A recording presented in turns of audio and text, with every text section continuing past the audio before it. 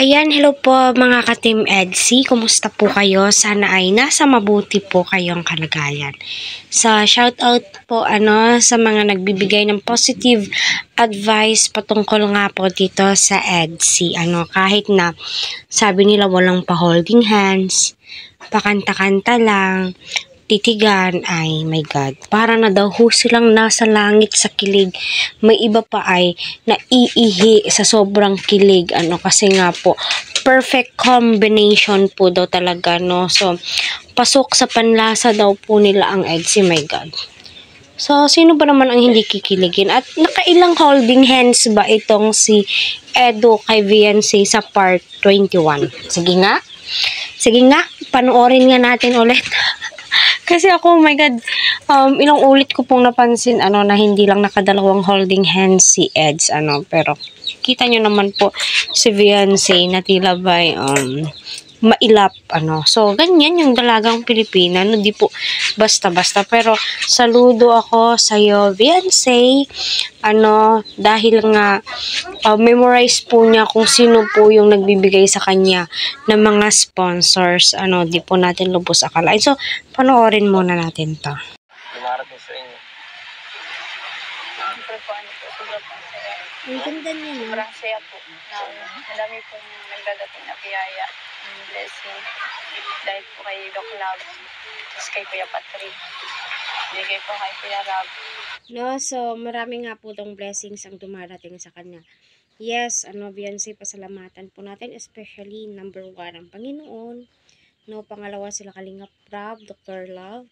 At syempre, yung katabi mo, my God, dahil kay Edu ay dumami, ang supporters mo. Although, marami naman po, pero ngayon, grabe po talaga yung biyaya, na dumarating kay Viancy, di ba? Yun po yung napapansin ko simula ng magka-tandem po sila. Iba po talaga tong power ni Edu, Siyempre po kay Kuya Val.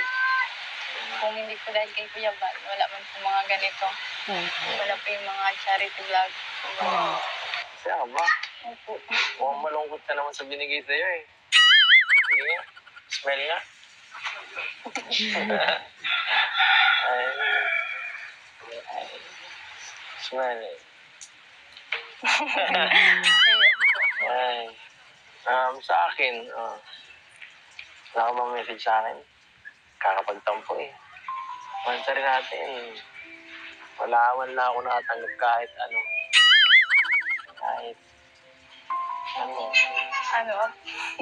message lang ka. Galing sa'yo. Report man sa po.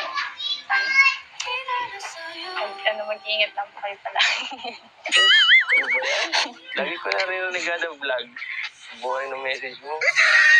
Parang hindi ko nag-isipan eh. Ganun lang Galing ako. naman po yun sa puso ko. Sige naman, ganun. Normal na yung sinasabi mo. Saka isa pa, huwag kang magpupok sa akin. Ay, hindi naman ako mukhang matanda, no? Ano lang. Edu lang, Edu. Edu. Edu. Kuya, Mga Edu lang sasabihin. Gusto mo ako. Pangalan ko ang sagot. Ano nang sasabihin mo? Wala bang iba dyan? Naghihintay pa ako ng sagot, no? Bahala ka. Nakakapala naman, no? Nakakadisappoint naman ng sarili na to. Okay, thank you po sa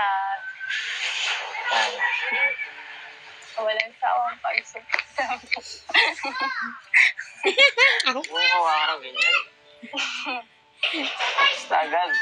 Lola, Kulang pa yun eh. Pinutol mo.